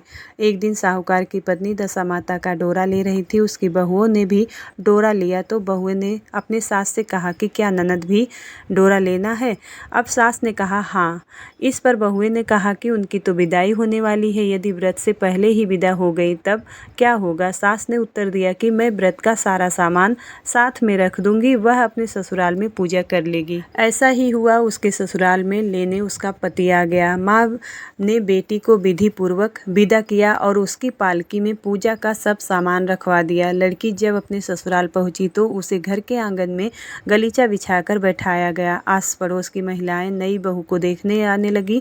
अब उनकी सुंदरता और कपड़े गहनों की तारीफ करने लगी। किसी की निगाह उसके गले में बंधे डोरे पर पड़ गई। वह बोली कि बहू की माँ तो बड़ी टोटके वाली है। उसकी सबकी बात सुनकर उसके गले में सबकी निगाहें पड़ गई। अब उस डोरे पर पड़ी तो सभी स्त्रियां डोरे के बारे में अपनी अपनी राय प्रकट करने लगी। शाम को सास, ननद, देवरानी, जेठानी, घर की सभी स्त्रियां भी डोरे की चर्चा करने लगी। सब डोरे की निंदा कर रही थी। सुबह से शाम तक डोरे के बारे में सुनते सुनते बहू का दिमाग खराब हुआ और उसने डोरे को गले से उतारकर जलती हुई अग्नि में डाल दिया। डोरे के जलते ही सारे घर में आग लग गई। घर में रखा हुआ सब सामान जल गया और सब आदमी अपने प्राण बचाकर घर से बाहर भाग गए। अब घर में केवल नई बहू और उसका पति रह गया। बाकी सब भाग गए। घर का सारा सामान जल गया था। घर में अब खाने को अन्न नहीं था, न ही पहनने के लिए वस्त्र बचे थे। इसलिए दोनों पति पत्नी गांव छोड़कर रोजगार खोजने चल दिए। चलते चलते वे उसी गांव में पहुंच गए जहां पर वह लड़की थी। लड़की ने अपने पति से कहा कि तुम यहाँ पर भाड़ झोंको और मैं कोई काम ढूंढती हूँ। पत्नी का कहना मानकर वह भाड़ झोंकने लगा और वह स्वयं को कुएं पर जाकर बैठ गई। उस कुएं पर सारे गाँव की स्त्रियाँ पानी भरने आया करती थी। उस लड़की की भाभियां उस कुएं पर पानी भरने आई, परंतु उन्होंने अपनी ननद को नहीं पहचाना। वे उससे बोली कि तुम तो किसी भले घर की लड़की मालूम होती हो, कुछ काम करना चाहती हो तो बोलो। लड़की बोली कि काम तो करूंगी परंतु कोई नीच काम नहीं करूंगी। बड़ी भाभी बोली कि हमारी ननद ससुराल चली गई है, तुम हमारे बच्चों को देखभाल करती रहना और हमारे घर से सीधा लेकर अपना भोजन बना लिया करना। लड़की इस काम करने के लिए राजी हो गई। लड़की की भाभियां अपने घर आई और सास से बोली कि कुएं पर एक अनाथ लड़की बैठी है, वह हमारे घर रहने आने वाली है, हमारे बच्चों की देखभाल करेगी, आप कहो तो उसे हम अपने घर में रख ले। सास ने कहा कि खुशी से रख लो परंतु आपस में कोई कलह मत करना। सब बहुएं राजी हो गईं। वह वापस कुएं पर आईं और उसे घर ले आईं। वह अपने भतीजे और भतीजियों की देखभाल करने लगी और अपना जीवन निर्वाह करने लगी। एक दिन दशा माता का डोरा लेने का अवसर आया। सास के कहने पर सब बहुएं ने डोरा लिया। बहुएं ने सास से पूछा कि क्या इस लड़की के लिए भी डोरा लेना है। सास ने कहा हाँ। बहुओं ने कहा कि इसी प्रकार आपने ननद जी के लिए भी डोरा ले लिया था, परंतु पूजा से पहले ही उनकी विदाई हो गई थी। अब इस लड़की को भी डोरा दिलाना चाहती हो। यदि यह पूजा से पहले चली गई तो क्या होगा। सास बोली तुम्हारी ननद ने अपने घर पर जाकर पूजा की होगी, यह लड़की भी पूजा होने तक इसी घर में रहेगी तो अपने आप पूजा में शामिल हो जाएगी और यदि कहीं चली गई तो वह वहाँ पर पूजा कर लेगी। सर्वसम्मति से लड़की ने भी दशा माता का डोरा ले लिया। 9 दिन तक वह दशा माता की कहानी तथा व्रत पूजन में शामिल होती रही। 10वें दिन लड़की के माता व बहुएं ने सर से स्नान किया और घर में चौका लगाया तथा पूजन की तैयारी करने लगी। लड़की बहुओं से बोली कि यदि कोई पुराना कपड़ा मिल जाए तो मैं भी स्नान कर लूं। बहुओं ने अपनी सास से पूछकर अपनी ननद की साड़ी उस लड़की को दे दी। अपनी पुरानी साड़ी लेकर वह स्नान करने गई। उसने सर से स्नान करके साड़ी पहनी और घर पर आ गई। घर में पूजा आरंभ हुआ। वह जैसे ही पूजा के पास बैठी तो बहुओं ने कहा कि यह तो हमारी ननद जैसी लग रही है। इस पर सास ने नाराज होकर तुम्हारे मन में जो कुछ होता है बोलती रहती हो, पूजा के समय भी चुपचाप नहीं बैठ जाता है, चुप रहो, मुझे कथा कह लेने दो, तुम्हारी बातों से कथा में विघ्न पड़ता है। बहुएं चुप हो गई और घर की सब स्त्रियों ने पारण किया। लड़की ने भी पारण किया। इसके बाद स्त्रियां एक दूसरे का सर गूंथने लगी। लड़की ने लड़की का सर गूंथना शुरू किया तो वह बोली कि जैसे गूंथ सिर में है वैसे ही गूंथ मेरी ननद के सिर में थी। सास नाराज होकर बोली कि तुम मेरी बेटी की तुलना इससे क्यों कर रही हो। सास ने बहू को तो डांट दिया परंतु उसकी बात मन में घर कर गई। उसने लड़की से कहा कि आज रात मेरे पास तुम सोना। रात को जब बहुएं सो गई तब उसने लड़की से पूछा कि तुम्हारे पीहर में कभी कोई था? उसने जवाब दिया, मेरे 5 भाई और 5 भाभियां हैं, तुम जैसी मेरे माता पिता हैं। उसने फिर पूछा कि क्या हुआ? लड़की बोली, पीहर में मैंने दशा माता का डोरा लिया था, उसके पूजन से पहले ही ससुराल के लिए विदा हो गई। ससुराल में पहुंचकर मेरे गले में पड़े हुए डोरे को देखकर सभी स्त्रियां हंसी उड़ाने लगी। तब मैंने उस डोरे को आग में डाल दिया था। उस डोरे के साथ सारा घर जलकर भस्म हो गया। सब लोग भाग गए, हम दोनों भागकर इस गांव में आ गए। उसकी माँ ने पूछा, तुम्हारा पति कहाँ है? उस लड़की ने कहा कि वह भड़भूजी के यहाँ भाड़ झोंकता है। दशा माता के प्रकोप से हमारी यह हालत हो गई है। वह समझ गई कि यह लड़की कोई और नहीं, उसकी बेटी ही है। तब उसने अपने 5 बेटों को बुलाकर कहा कि यह तुम्हारी छोटी बहन है। सवेरा होते ही माता के कहने पर 5 भाई भड़भूजे के यहाँ गए और अपने बहनोई को लेकर आए। उन्होंने उसको स्नान करवाया, उत्तम वस्त्र पहनने को दिया। कपड़े पहनकर वह सुंदर साहूकार दिखाई देने लगा। वह कुछ दिन ससुराल रहकर अपने घर चल गया। घर पहुंचकर उसने देखा कि सब लोग पहले की तरह सुखपूर्वक रह रहे हैं। उसके बाद वह अपने ससुराल आया और अपनी पत्नी को विदा करके ले गया। वह अपनी दशा पर विचार करते हुए जा रही थी तो मार्ग में एक नदी पड़ी।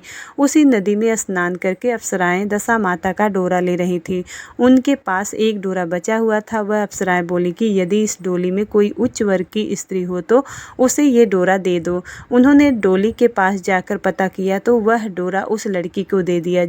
जब लड़की अपनी ससुराल पहुंची तो सास थाल सजाए, ननद कलश लिए और देवरानी जेठानी अन्य मांगलिक वस्तुएं लिए उसका स्वागत करने के लिए खड़ी थी। नेक दस्तूर हो जाने के बाद लड़की को आसन पर बैठाया गया। आसन पर बैठने के बाद लड़की ने कहा कि आप लोगों ने पहली बार दशा माता के डोरे के लिए अपशब्द कहे थे, जिसका फल ये हुआ कि घर के सब लोग बिछुड़ गए थे तथा घर का धन धान्य जलकर स्वाहा हो गया था। बड़ी मुसीबतों उठाने के बाद अब अच्छे दिन आए हैं। आप में से कोई भी अब मेरे दशा माता के डोरे की निंदा नहीं करेगा। भूल कर भी जब मेरा व्रत हो तब सब श्रद्धापूर्वक पूजा करेंगे। सब ने खुशी खुशी उसकी बात मान ली। 9 दिन तक व्रत चलता रहा। 10वें दिन विधि पूर्वक डोरे की पूजन की गई। 7 सुहागिनों को न्योता दिया गया, उनका श्रृंगार करके आंचल भरा गया। इस प्रकार दशा माता की पूजा समाप्त हुआ। जिस प्रकार दशा माता ने उस लड़की के दिन फेरे, वैसे ही वह सब पर दया करे। दशा माता की जय। एक राजा की 2 रानियां थी। राजा की प्यारी रानी को लक्ष्मी कहा जाता था और दूसरी रानी को कुलक्ष्मी कहा जाता था। एक दिन लक्ष्मी रानी क्रोध होकर लकड़ी का पाटा लिए मलिन कपड़े पहनकर कोप भवन में जा लेटी। राजा ने लक्ष्मी से पूछा कि तुम कोप भवन में क्यों पड़ी हो? तुम क्या चाहती हो? रानी बोली कि कुलक्ष्मी को देश से निकाल दिया जाए। कुलक्ष्मी रानी थी, इसलिए उसे निकाल देने से राजा की बदनामी होने का डर था, इसलिए रानी को पीहर छोड़ाने की बात सोची गई। राजा ने पटरानी को एक रथ में सवार कराया और स्वयं घोड़े पर चढ़कर रथ के साथ चलने लगे। एक बीहड़ जंगल पहुंचकर राजा ने रथ में रुकवाया और पालकी ढोने वाले कहार को हट जाने को कहा। राजा रानी को उस जंगल में छोड़कर घोड़े पर सवार होकर अपने महल आ गए। कुलक्ष्मी को बाट जोहते जोहते सारी रात बीत गई। रानी को प्यास लगी थी। वह रथ के उतरकर पानी की तलाश में चल दी। रानी ने आसपास पानी खोजा तो परंतु उसे कोई जलाशय नहीं दिखाई दिया। रानी ने एक सारस के जोड़े को एक तरफ जाते हुए देखा। रानी कुलक्ष्मी सारस के जोड़े के पीछे पीछे चल दी। चलते चलते वह एक नदी के किनारे पहुंच गई। रानी ने सोचा कि यहीं पर निर्व्रत होकर उसी नदी में स्नान किया जाए और जल पीकर अपनी प्यास बुझाई जाए। उस समय कुछ अन्य स्त्रियां भी स्नान कर रही थी। स्नान करने के बाद उन स्त्रियों ने दशा माता का डोरा लिया। उनके पास एक डोरा बचा हुआ था। उन्होंने रानी से डोरा लेने का अनुरोध किया। रानी डोरा लेकर अपने रथ में आकर बैठ गई। दशा माता ने रानी की परीक्षा लेने के लिए एक बुढ़िया माई का वेश धारण करके उसके रथ के पास आई और वह रानी से बोली कि बेटी यहाँ क्यों बैठी है? रानी ने बुढ़िया से कहा कि पहले तुम बताओ कि तुम कौन हो? बुढ़िया ने उत्तर दिया, मैं तुम्हारी मौसी हूँ। तब रानी उसके गले लगकर रोने लगी। उसने अपने विपदा भरी सारी कहानी बुढ़िया माता को सुना दी। अंत में रानी ने बुढ़िया से कहा कि अब मुझे केवल तुम्हारा ही सहारा है, मेरी रक्षा करो।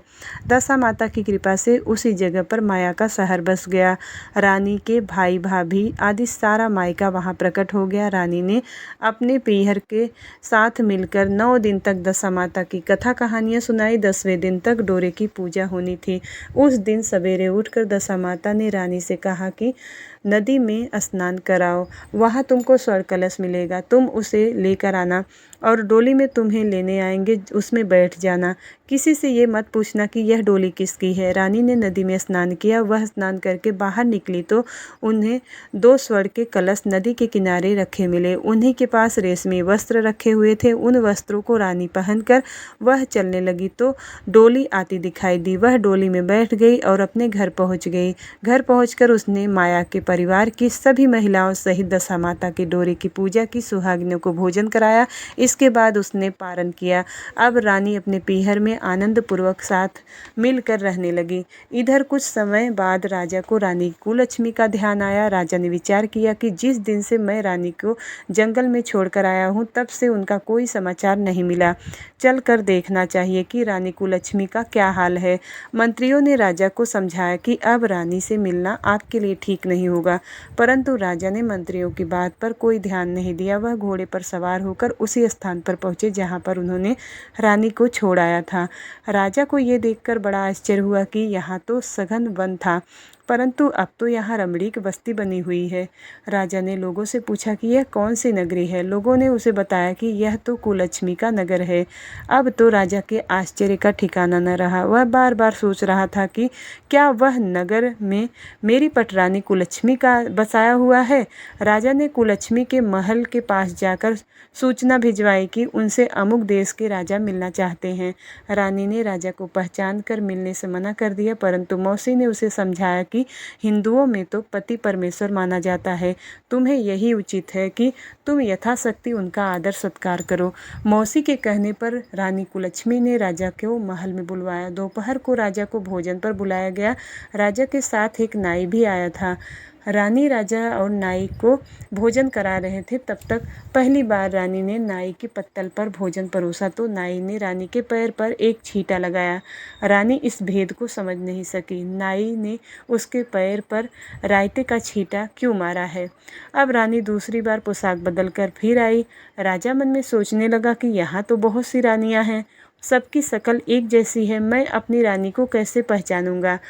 डेरे आकर राजा ने नाई से कहा कि यहाँ तो कई रानियाँ हैं, मैं अपनी रानी को कैसे पहचानूं।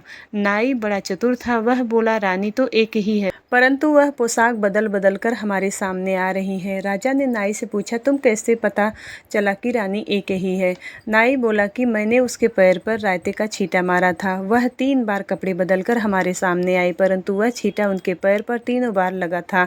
अगले दिन रानी ने राजा को अपने महल में बुलवाया और राजा को अपनी मेज पर बैठाकर खाने के लिए उन्हें पान का बीड़ा दिया। पान खाकर राजा पलंग में लेट गए और रानी उनके पैर दबाने लगी। राजा ने रानी से अपने किए पर क्षमा मांगी और रानी को अपनी राजधानी में चलने को कहा। रानी ने कहा कि आप मुझे किस मुंह से चलने को कह रहे हैं। आप तो मुझे जंगल में अकेला छोड़कर चले गए थे। आप तो दूसरी रानी के कहने में आकर मेरा परित्याग कर दे चुके थे।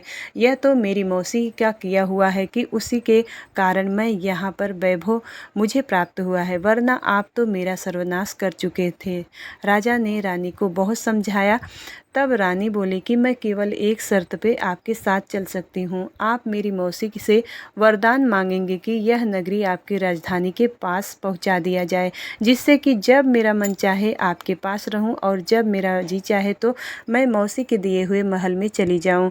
मौसी बड़ी दयालु है, संभव है कि वह हमारी बात मान जाए। राजा ने दशा माता मौसी से प्रार्थना की। मौसी ने राजा को बात मानकर दोनों शहरों को पास पास में स्थापित कर दिया, मानो एक दूसरे के ही भाग हो। राजा ने दशा माता की कृपा का फल जानकर शहर में ढिंढोरा पिटवाया कि उसकी प्रजा दशा माता की पूजा किया करे। भगवती दशा माता ने जिस प्रकार कुलक्ष्मी पर दया करी वैसे ही सब पर करना। प्रेम से बोलिए दशा माता की जय। एक राजा था, उसकी रानी कोमलांगी थी। वह फूलों की सैया पर सोया करती थी। एक दिन फूलों के साथ कच्ची कली भी आ गई थी। कच्ची कली के कारण उसे रात भर नींद नहीं आई। वह करवटें बदलती रही। राजा ने पूछा कि प्रिय, आज क्या बात है जो तुम्हें नींद नहीं आ रही है? रानी ने बताया कि आज फूलों में एक कच्ची कली आ गई है। वह मेरे शरीर में चुभ रही है, इसी कारण मुझे नींद नहीं आ रही है। राजा ने शयन कक्ष में एक दीपक जल रहा था जिसे ज्योति स्वरूप कहते थे। ज्योति स्वरूप रानी की बात सुनकर हंसा। राजा ने हाथ जोड़कर उससे हंसने का कारण पूछा। ज्योति स्वरूप ने बताया कि अभी तो रानी को कच्ची कली के कारण तकलीफ हो रही है। कल सवेरा होने पर जब रानी के सिर पर बोझा ढोना पड़ेगा तब इनकी क्या गति बनेगी? राजा ने पूछा कि क्या मेरे जीवित रहते ही ऐसा संभव है? तब दीपक ज्योति स्वरूप ने उत्तर दिया कि हाँ संभव है, तुम्हारे जीते जी संभव है। ज्योति स्वरूप की बात सुनकर राजा ने मन में सोचा कि देववाणी कभी असत्य नहीं होती है, होनी को कौन टाल सकता है। रानी को अवश्य ही बोझा ढोना पड़ेगा, परंतु यह हो सकता है कि यदि मैं इसको संदूक में बैठाकर समुद्र में बहा दूं तो संभव है कि यह बोझा ढोने से बच जाए, क्योंकि समुद्र में डूब जाने पर बोझा ढोने से बच जाएगी। राजा ने उसी समय रानी से कहा कि चलो मैं तुम्हारे मायके में छोड़ आऊँ, कुछ दिन तुम वहीं पर रहना। रानी बोली, परंतु महाराज मेरे मायके में तो कोई भी नहीं है, मैं वहाँ जाकर किसके पास रहूँगी? राजा ने कहा कि तुम्हारे गोत्र संबंधी वहाँ बहुत अच्छी दशा में हैं, मैं उन्हीं के पास तुम्हें भेज देता हूँ। रानी ने राजा की बात मान ली। रानी ने बहुमूल्य आभूषण और कीमती वस्त्र धारण किए। तब राजा ने रानी को संदूक में बैठाकर नदी में बहा दिया।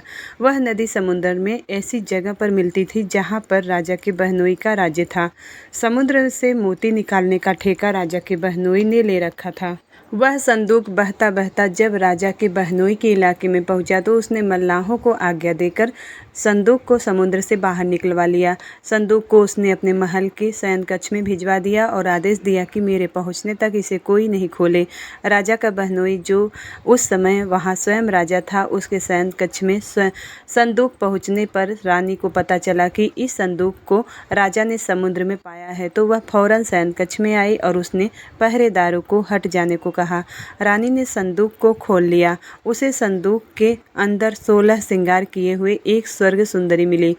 अब रानी ने अपने मन में सोचा कि यदि राजा इसको इस दशा में देख लेंगे तो इसके ही हो जाएंगे और मुझे छोड़ देंगे, इसलिए उसने उस रानी को सब जेवर कपड़े उतरवा कर उसे फटे पुराने कपड़े पहना दिए और संदूक में फिर से बंद कर दिया।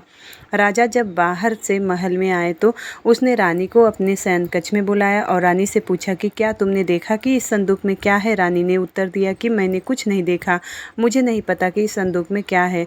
राजा ने रानी के सामने संदूक खुलवाया तो वे उसे संदूक के अंदर फटे पुराने कपड़े में एक स्त्री दिखाई दी जो भिखारन से लग रही थी। रानी ने कहा कि यह सब कोई भिखारन लग रही है, इसको कारखाने में भिजवा दिया जाए, वहाँ यह लकड़ी ढोकर अपना जीवन निर्वाह करती रहेगी। राजा ने रानी के कहे अनुसार उसे कारखाने में भिजवा दिया। एक दिन रानी की सहेलियां नदी में स्नान करके दशा माता का डोरा ले रही थी। उसके पास एक डोरा रह गया था। वे यह सोच रही थी कि इस डोरे को किसको दूँ। अब यह उसी समय लकड़ी ढोने वाली रानी वहां आ गई। उन्होंने उससे पूछा कि बहन, हमारे साथ दशा माता का एक डोरा ले लो।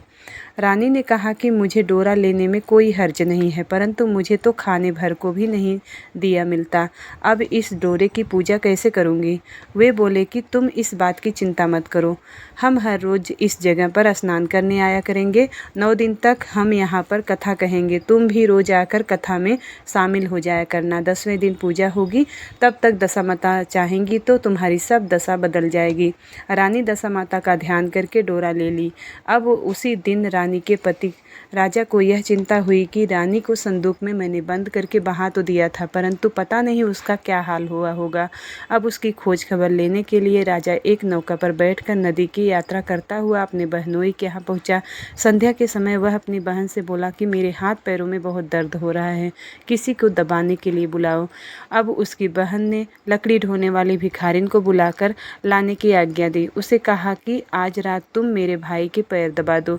वे बड़े संकोच में पड़ गई। अपने मन में सोचने लगी कि आज तक मैंने किसी पुरुष को छुआ तक नहीं। रानी अपने भाई के पैर दबाने के लिए उस पर जोर डाल रही थी, इसलिए लाचार होकर उसने हाँ कर दी। राजा के पैर दबाते दबाते रानी को उसके पैर में पद्म दिखाई दिया।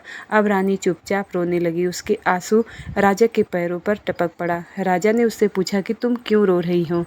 तुम अपना भेद बताओ। मेरे द्वारा तुम्हें कोई भी हानि नहीं पहुंचाई जाएगी। रानी बोली कि जैसे पद्म आपके पैर में है वैसा ही पद्म मेरे पति के पैर में भी था। पहले के दिनों की याद आ जाने पर मुझे रोना आ गया। राजा ने उसे पहचान लिया। राजा बोला, मैं समझ गया, अब तुम्हें पैर दबाने की ज़रूरत नहीं है। तुम्हारे भाग्य में जो लिखा था वह तुम्हें भोगना ही पड़ा। मैंने उसे टालने के लिए जो उपाय किया था उसका नतीजा उल्टा ही निकला।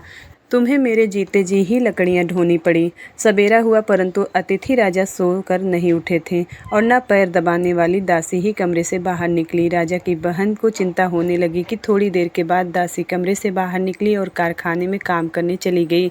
रानी ने कमरे में जाकर अपने भाई को जगाया। उसका भाई बोला कि मेरी तबीयत ठीक नहीं है, मेरा सिर दर्द कर रहा है, मैं अभी आराम करना चाहता हूँ, मेरा मन भी बहुत व्याकुल हो रहा है। रानी ने पूछा कि आखिर बात क्या है, कुछ तो बताओ। राजा ने कहा कि बड़ी शर्म की बात है, मैंने तुम्हें भाभी को जानबूझकर संदूक में बैठाकर तुम्हारे पास इसलिए भेजा था कि यहाँ पर आराम से रखा जाएगा, परंतु उसे तो यहाँ पर लकड़ियाँ ढोनी पड़ रही है।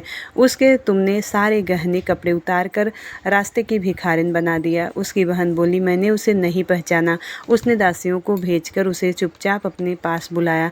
अब उसके आने पर बहन ने अपनी भाभी से काफ़ी माफ़ी मांगी और उसके पैर पकड़ लिए। कुछ दिनों के बाद राजा अपने बहनोई बहन के यहाँ रहकर रानी को साथ लेकर राजधानी में लौट आया। रानी ने अपने महल में पहुंचकर सुहागिनों को न्योता भेजा। बड़े धूमधाम से दशा माता के डोरे की पूजन की और नगर में ढिंढोरा पिटवाया गया कि आज से गरीब या अमीर सभी दशा माता का डोरा लिया करेंगे और श्रद्धापूर्वक पूजा करेंगे। जिनके पास पूजन पारण के लिए धन की कमी हो तो वह महल से ले जाया करेगा। जिस प्रकार रानी की दशा माता ने दशा बदली, उसी प्रकार से सबकी दशा ठीक करे। प्रेम से बोलिए दशा माता की जय। प्राचीन समय की बात है, एक घर में जेठानी देवरानी रहा करती थी। वे दोनों निसंतान थी। वे मेहनत मजदूरी करके पेट पालती थी। दोनों व्रत पूजन कुछ भी नहीं किया करती थी। एक दिन दोनों प्रातःकाल गांव में आग लेने गई तो उस दिन गांव में दशा माता का पूजन था, इसलिए उन्हें किसी के यहाँ भी आग नहीं मिली। आग न मिलने पर जेठानी देवरानी से बोली कि हम दोनों का भी आज व्रत रहेगा। शाम को आग मिलने पर ही रसोई बनाकर हम भोजन करेंगे। शाम हो जाने पर जेठानी और पड़ोसन के यहाँ गई तो आग लेने। उसके बाद पड़ोसन ने उसे आदर पूर्वक बैठाया और जेठानी ने पड़ोसन से पूछा कि दशा माता का पूजन करने से क्या होता है। पड़ोसन ने बताया कि जिस बात की इच्छा करके डोरा लिया जाता है वह इच्छा पूर्ण हो जाती है। जेठानी यह सुनकर पड़ोसन से बोली कि अगली बार जब डोरा लेना हो तो मुझे भी बताना, मैं भी डोरा लूँगी। जेठानी जैसे ही आग लेकर घर से बाहर आई तो वह उसे गाय चरकर आती दिखाई दी। ग्वाला पीछे आ रहा था। उसके कंधे पर एक बछड़ा था और एक गाय बछड़े को चाटते हुए चल रही थी। पड़ोसन ने ग्वाले से पूछा कि तुम्हारी गाय की पहली प्रसव हुआ है क्या? ग्वाले ने बताया कि हाँ। पड़ोसन ने फिर पूछा कि गाय ने बछड़ा दिया है या बछिया? ग्वाला बोला कि बछड़ा दिया है। यह जानकर जेठानी से पड़ोसन ने कहा कि घर जाकर दशा माता का डोरा ले लो। 9 दिन तक व्रत रखकर कथा सुनना तथा 10वें दिन तक सिर सहित स्नान करके पूजन करना। दशा माता चाहेंगी तो 10 दिन के भीतर ही तुम्हारी मनोकामना पूर्ण हो जाएगी। जेठानी ने घर जाकर सारी बातें देवरानी से बताई तो दोनों ने दशा माता की मनौती मांगी कि यदि हम दोनों की संतान होगी तब हम सुहागिनों को न्योता देंगे। दोनों ने दशा माता का डोरा लिया। दशा माता की कृपा से डोरे की पूजा से पहले ही दोनों देवरानी जेठानी गर्भवती हो गई। 9 महीने 9 दिन के बाद ही दोनों ने यहाँ बच्चों ने जन्म लिया। अब वह बालकों के नामकरण संस्कार के बाद देवरानी ने जेठानी से कहा कि हमने जो सुहागिनों को न्योतने की मनौती मांगी थी अब वह पूरा करना चाहिए। जेठानी ने कहा, अभी ऐसी क्या जल्दी है? जब लड़कों का अन्नप्राशन संस्कार होगा तब सुहागिनों को न्योता देंगे। जब लड़कों का अन्नप्राशन संस्कार हुआ तब देवरानी और जेठानी से सुहागिनों को न्योतने की बात कही, परंतु जेठानी ने टाल मटोल कर दिया और कहा कि लड़कों का मुंडन संस्कार पर सुहागिनों को न्योता देंगे। होते होते कुछ समय के बाद लड़कों का मुंडन संस्कार भी हो गया। देवरानी ने जेठानी को सुहागिनों को न्योतने की बात कही। जेठानी बोली, लड़कों की सगाई के समय ही सुहागिनों को न्योता दिया जाएगा। अब लड़के बड़े हो गए, उनकी सगाई भी हो गई, परंतु जेठानी ने अब की बार भी सुहागिनों को न्योता नहीं दिया। जेठानी बोली कि जिस दिन लड़कों के फेरे होंगे उसी दिन सुहागिनों को न्योता देंगे। इस पर देवरानी बोली, बहन तुम्हारी जब इच्छा हो तब सुहागिनों को न्योता देना, परंतु मैं तो लग्न के दिन ही सुहागिनों को न्योता दूंगी। देवरानी ने लग्न के दिन ही सुहागिनों को न्योता दिया, परंतु जेठानी ने कुछ भी परवाह नहीं की। लग्न के बाद मातृका पूजन करके दोनों दूल्हे बारात सजाकर बैंड बाजे सहित ब्याहने चल दिए।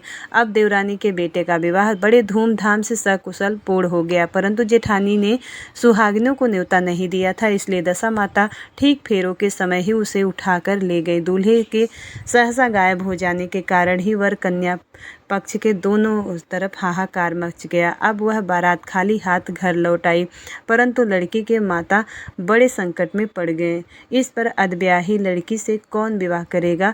अब पड़ोस की चतुर सुहागिनों ने लड़की की माता को समझाया कि ब्याह का जो भी सामान बचा है उस सामान को लड़की के हवाले कर दिया जाए। लड़की भिखारियों को सदाव्रत देने लगी। एक दिन साधु तीर्थ यात्रा करता हुआ वहां पर आया और गांव से घने जंगल में एक पीपल का पेड़ था। लोग इस पीपल के पेड़ को पारस पीपल कहते थे। उसी पेड़ के पर दशा माता का निवास था। साधु चलता चलता शाम को उसी पेड़ के नीचे ठहर गया। झाड़ूदार ने आकर उसी पेड़ के पास के मैदान में झाड़ू लगाई। भिस्ती ने मस्क से वहां पर छिड़काव कर दिया तथा माली ने यह फूल बिखेर दिए। तब एक और अनेक देवता वहाँ पर अनेक प्रकार के पोशाक पहनकर आने लगे तथा स्थान पर बैठने लगे। अब सबसे बाद में स्वर्ग के राजा इंद्र का सिंहासन उतरा। इसी के साथ स्वर्ग की अप्सराएं आकर सिंहासन के चारों ओर नाचने लगी। उसी समय अधब्याहे लड़के को गोद में लेकर दशा माता पीपल के पेड़ के नीचे उतरी। इंद्र के साथ स्वर्ग से एक सूरा गाय भी आई थी। उसने 2 गिलास दूध दिया। लड़के ने अधब्याहे के भाग का 1 गिलास अलग रख दिया। अब वह दूसरे गिलास का दूध भी पी लिया। जब तक अप्सराएं का नाच गाना होता रहा, दशा माता लड़के को गोद में लेकर बैठी रही। प्रातःकाल होते ही देवताओं का दरबार भंग हुआ। साधु भी वहां से चलकर गांव में आया। साधु महाराज गांव में भिक्षा मांगते मांगते अधब्याहे लड़की के घर पर आ पहुंचा। लड़की ने आदरपूर्वक साधु को बैठाया और भोजन तैयार किया। लड़की ने 3 पत्तल परोस कर रखे। पहली पत्तल अधब्याहे अपने पति के लिए रखी, दूसरी पत्तल बाबा जी के सामने रखी और एक पत्तल अपने सामने रखी। बाबा ने अपने आप कहा, वाह, जो बात मैंने रात को वहाँ देखी वही बात यहाँ भी देखने को मिल रही है। लड़की ने पूछा, क्या बात है बाबा जी। साधु बाबा ने बात टालते हुए कहा कि हम बैरागी लोग ऐसी अनेक बातें कहते रहते हैं, तुम्हें ऐसी बातों से क्या मतलब है। तुम तो भोजन करो और भजन भगवान का करती रहो। लड़की ने हट कर ली और उसने कहा कि जब तक आप अपनी कही हुई बात का खुलासा नहीं करेंगे मैं भोजन नहीं करूंगी। इस पर साधु बाबा चुप रहे। तब लड़की बोली कि आप साधु हैं, मैं तो सती हूँ। आप या तो अपने कथन को स्पष्ट कीजिए, नहीं तो रात में क्या हुआ था जो देखे थे आप, नहीं तो मैं आपको श्राप दे दूंगी। तब साधु बाबा ने रात का सारा किस्सा कह सुनाया। यह सुनकर लड़की ने कहा कि बाबा के साथ पीपल के पेड़ के पास जाने का निश्चय कर लिया। अब साधु बाबा आगे आगे चले और लड़की पीछे पीछे चलने लगी। साधु बाबा लड़की के पारस पीपल के पास छोड़कर चले गए। संध्या होने पर नित्य की तरह जमादार ने झाड़ू लगाई, भिस्ती ने अपनी मस्क से पानी का छिड़काव किया और माली ने फूल बिखेरे। अब देवताओं के राजा इंद्र आए। अप्सराएं का नाच गाना प्रारंभ हुआ। उसी समय दशा माता पीपल के पेड़ पर उतरकर दरबार में बैठ गई। लड़के ने सूरा गाय का दूध लिया और एक गिलास अधब्याही लड़की के लिए रख दिया। जैसे ही लड़के ने दूध का गिलास मुंह पर लगाया त्यों ही लड़की दूसरा गिलास हाथ में लेकर वर के सामने आ गई। वह बोली, अपना भाग लेने के लिए मैं उपस्थित हूँ, मेरे लिए क्या आज्ञा है, मैं सेवा करने के लिए तैयार हूँ। तब लड़का बोला कि मैं इस तरह से तुमसे नहीं मिल सकता, मैं दशा माता की सेवा में रहता हूँ, मुझे अभी दरबार में जाकर दशा माता की गोद में बैठना होगा। यदि तुम्हें मुझसे प्यार है तो दशा माता को प्रसन्न करके उनसे मुझे अपने लिए मांग सकती हो, तब तब मैं तुम्हारा हो सकता हूँ। लड़का दूध पीकर दशा माता की गोद में जाकर बैठा और लड़की अप्सराओं के साथ नाच गाने लगी। अब वह सवेरा हुआ तो दशा माता ने इस नई लड़की को बुलाकर पूछा कि तुम कौन हो? तुम्हारे नाचने में मैं बहुत प्रसन्न हूँ, जो कुछ मांगना चाहते हो तो मांग लो। लड़की ने दशा माता से वचन ले लिया कि मैं जो कुछ भी मांगूंगी वह आप मुझे प्रदान करेंगी। तथास्तु कहने के बाद लड़की ने दशा माता से अपने पति को पकड़कर कहा कि यह मुझे यही चाहिए। दशा माता ने कहा, तूने मांगा है तो बहुत, परंतु मैं वचन दे चुकी हूँ, इसी कारण मैं तेरे पति को तुझे वापस देती हूँ। राजा इंद्र ने पूछा कि भगवती, यह सब क्या राज है? मैं इस राज को जानना चाहता हूँ। तब दशा माता ने बताया कि यह लड़का मेरे वरदान से ही प्राप्त हुआ था और इसकी माता ने मनौती मांगी कि लड़का पैदा होने पर सुहागिनों को न्योता देगी, परंतु उसने अभी तक अपना वचन पूरा नहीं किया। इस कारण मैं इस लड़के को विवाह के मंडप से उठाकर लाई हूँ। यह लड़की इसकी अद्ब्याही पत्नी है और पतिव्रता है। पतिव्रता होने के कारण यह देव समाज में पहुंचकर मुझसे अपना पति मांग रही है। दशा माता के ऐसे वचन सुनकर इंद्र सहित सब देवताओं ने वर वधू के ऊपर पुष्प की वर्षा की। तब तक साधु बाबा जी वहां पर आ गए। साधु बाबा दूल्हा और दुल्हन को साथ लेकर गांव की ओर चल पड़े। जब ये तीनों गांव के समीप पहुंचे तो गांव वालों ने दूल्हा दुल्हन को देखकर लड़की के पिता को सूचना दी कि तुम्हारी पुत्री ऐसे दूल्हे के साथ आ रही है। जिस दिन से लड़की चली गई थी उसी दिन से पिता ने लोक अपवाद के डर से बाहर निकलना बंद कर दिया था। गांव वालों की यह भी बात सुनकर उसने अपने घर के किवाड़ बंद कर लिए थे। उसने समझा कि लड़की साधु के साथ आ रही होगी, इसलिए लोग मेरा उपहास कर रहे हैं। जब गांव के गणमान्य व्यक्ति ने भी वही बात बताई तब उसने घर के किवाड़ खोले और बाहर निकला। जब उसने सचमुच अपने द्वार पर लड़की और दामाद को खड़े देखा तो उसकी प्रसन्नता का ठिकाना नहीं रहा। लड़की के पिता ने इस खुशी के मौके पर बहुत दान पुण्य किया और फिर से विवाह की तैयारी की। लड़की ने अपनी माता से कहा कि इस तरह से विवाह नहीं होगा। पहले दूल्हे की माता सुहागिनों को न्योता देकर बारात लेकर आए, तब विवाह के नेक पूरे किए जाएंगे। लड़की के पिता ने लड़के के घर पर खबर भेजी। लड़के की मां ने पहले सुहागिनों को न्योता दिया, तब बारात चली। बड़ी धूमधाम से विवाह हुआ। वर वधू दोनों अपने घर पर आ गए। वधू की खुशी में लड़के की माता ने दोबारा सुहागिनों को न्योता दिया। उसी समय वह विवाह के दिन वर के घर पर सुहागिनों को न्योतने की प्रथा चली आ रही है। दशा माता ने जिस तरह सती की दशा बदली वैसे ही सभी का कल्याण करे। प्रेम से बोलिए दशा माता की जय। एक गांव में एक बुढ़िया ब्राह्मणी रहती थी। वह बहुत गरीब थी। उसके बेटा था एक, और एक दिन वह अपने बेटे से बोली कि बेटा कुछ ऐसा काम करो जिससे 4 पैसे की आमदनी हो और हम दोनों का जीवन निर्वाह हो सके। अब मेरे तो बुढ़ापे का कारण मेरे पैरों ने जवाब दे दिया है। अब उसका लड़का गाँव वालों के जानवर चराने लगा। एक दिन लड़का पशुओं को पानी पिलाने नदी पर ले गया था। वहाँ पर महिलाएं स्नान करके दशा माता का डोरा ले रही थी। उसके पास एक डोरा बच गया था। उसने एक स्त्री ने कहा कि लड़के से पूछो कि यह किसका है। तब एक स्त्री लड़के के पास जाकर पूछने लगी, तुम्हारे घर में कौन कौन है? लड़के ने बताया कि केवल मेरी बूढ़ी माँ है। स्त्रियों ने लड़के से एक डोरा देते हुए कहा कि तुम इसे ले जाकर अपनी माता को दे देना और कहना कि इसका पूजन और व्रत करें। हम तुम्हें सीधा और पूजन की सामग्री भी दे देंगे और इसे भी अपनी माता को दे देना। लड़के ने उनसे डोरा ले लिया। फिर सब स्त्रियां उसे सीधा भी दिया। अब लड़का उस सामान को लेकर घर आया। उसने दरवाजे से ही माँ को पुकारा और पुकार कर कहा कि गठरी को उतार लो, मैं बोझ से दबा जा रहा हूँ। उसकी माँ बहुत प्रसन्न हुई। माँ ने बेटे से पूछा, यह सब कहाँ से लाए हो? लड़के ने माँ को सब समाचार सुनाकर दशा माता का डोरा भी दे दिया। बुढ़िया ने डोरे को लेकर माथे से लगाया और उसी दिन से व्रत करने लगी।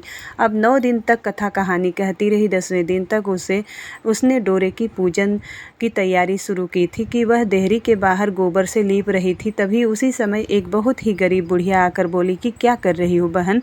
उसने जवाब दिया कि आज मेरे घर पर दशा माता का पूजन है, इसलिए लीप रही हूँ। उस बुढ़िया रूपी दशा माता ने कहा कि मुझे बहुत प्यास लगा है, थोड़ा सा पानी पिला दो। इस पर लड़के की माता बोली, मैं तो इस मिट्टी के बर्तन से पानी पीती हूँ, मेरे यहाँ लोटा लुटिया कुछ भी नहीं है, तुमको पानी किस में भर के दूँ? एक कटोरी ही है, मेरे घर में? पता नहीं वह कहाँ पर पड़ी होगी। जरा तुम ठहरो, मैं कटोरी लेकर आ रही हूँ, तब तुमको पानी पिलाऊंगी। बुढ़िया हाथ धोकर अंदर कटोरी लेने गई कि इसी बीच दशा माता, जिन्होंने बुढ़िया का रूप धारण किया था, उसके मटके रखने की जगह पर एक सोने का घड़ा रखकर अंतर ध्यान हो गई। बुढ़िया कटोरी लेकर मटके के पास आई, वहाँ सोने का घड़ा देखकर घबराई। वह मन में सोचने लगी कि मुझ बुढ़ापे में चोरी लगेगा, चोरी का नाम लगेगा, मैं चोर कहलाऊंगी। वह इस चिंता में दशा माता रूपी बुढ़िया को खोजने निकली। तब तक उसका लड़का भी वहाँ पर उस घर पे आ गया और उसने माँ से पूछा कि तुम किसे खोज रही हो। उसने बताया कि अभी शीर्ण अवस्था वाली बुढ़िया आई थी और यहाँ सोने का घड़ा रखकर न जाने कहाँ चली गई। लड़के ने बताया, वही तो दशा माता थी, उन्होंने तुमको यह घड़ा दिया है। दोबारा फिर कभी आए तो उसके स्वागत में कोई भी कमी नहीं रखना और उनकी आज्ञा का पालन करना। जब तुम नदी पर नहाने जाओ तो तुम्हें नदी घाट पर जो भी चीज़ मिले उसको दशा माता का दिया हुआ प्रसाद समझकर लाना। किसी से यह पूछताछ मत करना कि यह चीज़ किसकी है, यह कहाँ से आई है। बुढ़िया नदी में नहाकर बाहर निकली तो उसे सोने का एक घड़ा बाहर दिखाई दिया। अब भरा हुआ उसको दिखाई दिया तो उसके पास ही एक अच्छे वस्त्र रखे हुए थे। बुढ़िया ने कपड़ों को पहन लिया और घड़े को हाथ में लेकर चलने की तैयारी की। 4 कहार एक डोली लेकर उसके पास आए। कहारों ने उसे डोली में बैठाने को कहा। बुढ़िया जब घर पहुंची तो उसने देखा कि वहाँ तो एक आलीशान महल खड़ा है। बुढ़िया महल के अंदर चली गई। वहाँ उसने श्रद्धापूर्वक भक्ति भाव से दशा माता के डोरे का पूजन किया और हाथ जोड़कर वरदान मांगा कि जिस प्रकार तुमने मुझे संपत्ति दी है उसी प्रकार मेरे घर में एक सुशील बहू आ जाए, तभी सब शोभा देगा। कुछ दिनों के बाद लड़के का विवाह हो गया और बहुत ही सुंदर सुशील बहू बुढ़िया के घर आई। बुढ़िया ने दोबारा दशा माता से वरदान मांगा कि जैसे मेरे बहू बेटे सुशील है और सज्जन है उसी प्रकार से मुझे एक पोता मिल जाए। कुछ दिनों के बाद ही बुढ़िया के यहाँ एक पौत्र रूपी रत्न पैदा हुआ। एक दिन बुढ़िया ने अपनी बहू को पास बैठाकर समझाया कि मेरी यह सब धन संपत्ति दशा माता की प्रदान की हुई है, उन्हीं की कृपा से तुम इस घर में आई हो। मेरे नहीं रहने पर यदि मैले कुचैले कपड़े धारण किए हुए बुढ़िया तुम्हारे घर पर आए तो उसे आंचल से पोंछकर उसे घिन मत करना, उससे प्रार्थना करना कि यह सब आपका ही दिया हुआ है। जब भी दशा माता का डोरा लेना हो तो तुम अवश्य ही लेना और श्रद्धापूर्वक उसका पूजन करना। जब भी तुम्हारे ऊपर संकट के बादल घिर जाए तो सुहागिनों को न्योतना। दशा माता की कृपा से तुम्हारी सब इच्छाएं पूरी होगी। कुछ दिनों के बाद बुढ़िया माई का स्वर्गवास हो गया। दशा माता ने सोचा कि बुढ़िया के घर चलकर देखना चाहिए कि उसकी बहू सास के वचनों का पालन करती है या नहीं। एक दिन दशा माता ने वृद्धा भिखारन का वेश धरकर उसके घर गई और उसे देखते ही देखते बहू खड़ी हो गई। उसके पांव छुए और बालक को उसकी गोद में डाल दिया। उसकी श्रद्धा भक्ति से दशा माता बहुत प्रसन्न हुई। उन्होंने आशीर्वाद दिया कि तेरी धर्म बुद्धि है, भगवान तेरा सदैव कल्याण करेंगे, भंडार भरपूर रहेगा, तू जो इच्छा करेगी वह तुझे अवश्य प्राप्त होगी। दशा माता ने जैसी कृपा बुढ़िया ब्राह्मणी पर की वैसी ही कृपा भक्तजनों पर बनी रहे। प्रेम से बोलिए दशा माता की जय। प्राचीन काल में कर्णावती नामक एक नगरी थी। उसका राजा कर्णदेव अहंकार और भोगविलास में व्यस्त रहता था। वह जितना अभिमानी था उतना ही उसकी पत्नी कमलावती सुशील थी। जबकि कर्णदेव नास्तिक था, कमलावती भगवान में अपार श्रद्धा रखती थी। वह भगवान की भक्ति में मग्न रहती थी। रानी कमलावती ने कर्णदेव को अनेक बार समझाया कि अभिमान बुरी चीज़ है, इंसान को धार्मिक कार्य में ध्यान पिरोना चाहिए। सुख और वैभव क्षणिक है, आज है कल नहीं है। परंतु राजा तो रानी की बातों पर गौर करने के बजाय भोग विलास में ज़्यादा मस्त रहते थे। शराब और शबाब में उसने अपनी सारी जिंदगी डुबा दी थी। एक दिन रानी सरोवर के किनारे आए हुए अपने महल के झरोखे में खड़ी थी। उसने सामने देखा कि एक मंदिर में कुछ स्त्रियां व्रत करते हुए देखा तो उसने दासी को बुलाया और स्त्रियां क्या कर रही हैं उनकी जानकारी लेकर वापस आने को कहा। थोड़ी देर के बाद वह जानकारी लेकर आई तो रानी से कहा कि वे स्त्रियां दशा माता का व्रत ले रही हैं। और रानी ने पूछा, तूने यह जाना कि यह व्रत कैसे करते हैं? उन्होंने कहा कि हाँ, जिसे यह व्रत करना हो उसको सूत के 10 तार लेकर उसमें गांठ लगानी चाहिए और प्रत्येक गांठ को कंकु का तिलक लगाना चाहिए। इस दशा माता के डोरे को लेकर व्रत का प्रारंभ किया जाता है। घर जाकर दशा माता की मिट्टी का मूर्ति बनाकर उसका पूजन करना चाहिए। यह सुनकर रानी को भी दशा माता का व्रत करने की तीव्र इच्छा हुई। उसने राजा से यह बात कही तो राजा ने उसकी खिल्ली उड़ाते हुए कहा कि रानी, यह सब ढकोसला है। हमारे पास किस चीज़ की कमी है कि तुम्हें इस व्रत को पूरा करना है? हमारे पास धन दौलत कीर्ति समृद्धि, सुख, शांति, संतति सब कुछ तो है, फिर तुम्हें इस व्रत की करने की क्या आवश्यकता है। इस तरह राजा ने रानी को यह व्रत करने से स्पष्ट इनकार कर दिया। रानी उदास होकर बाहर चली गई, परंतु माँ दशा माँ अपना अपमान होते हुए देखकर अत्यंत क्रोधित हो उठी। उसने राजा को सबक सिखाने की ठान ली। दूसरे दिन सूर्योदय होते ही पड़ोसी देश का राजा कर्णावती पर आक्रमण करने आया। कर्णदेव युद्ध में हार गया। वह रानी और अपने 2 बेटों को लेकर भाग निकला। रास्ते में रानी ने उसे कहा कि तुमने मुझे व्रत करने से रोका, इससे माँ दशा कोपित हुई हैं। यह इसका ही परिणाम है। राजा ने रानी को पीटा और भूख, प्यास, थकान, त्रास सहन करते करते राजा रानी और 2 कुमार एक उपवन में पहुंचे। थकान मिटाने के लिए वे पेड़ के नीचे बैठे ही थे कि सारे उपवन, पेड़ पौधे, फूल, हरियाली सूख गए, जैसे वहां पहले उपवन पहले कभी था ही नहीं।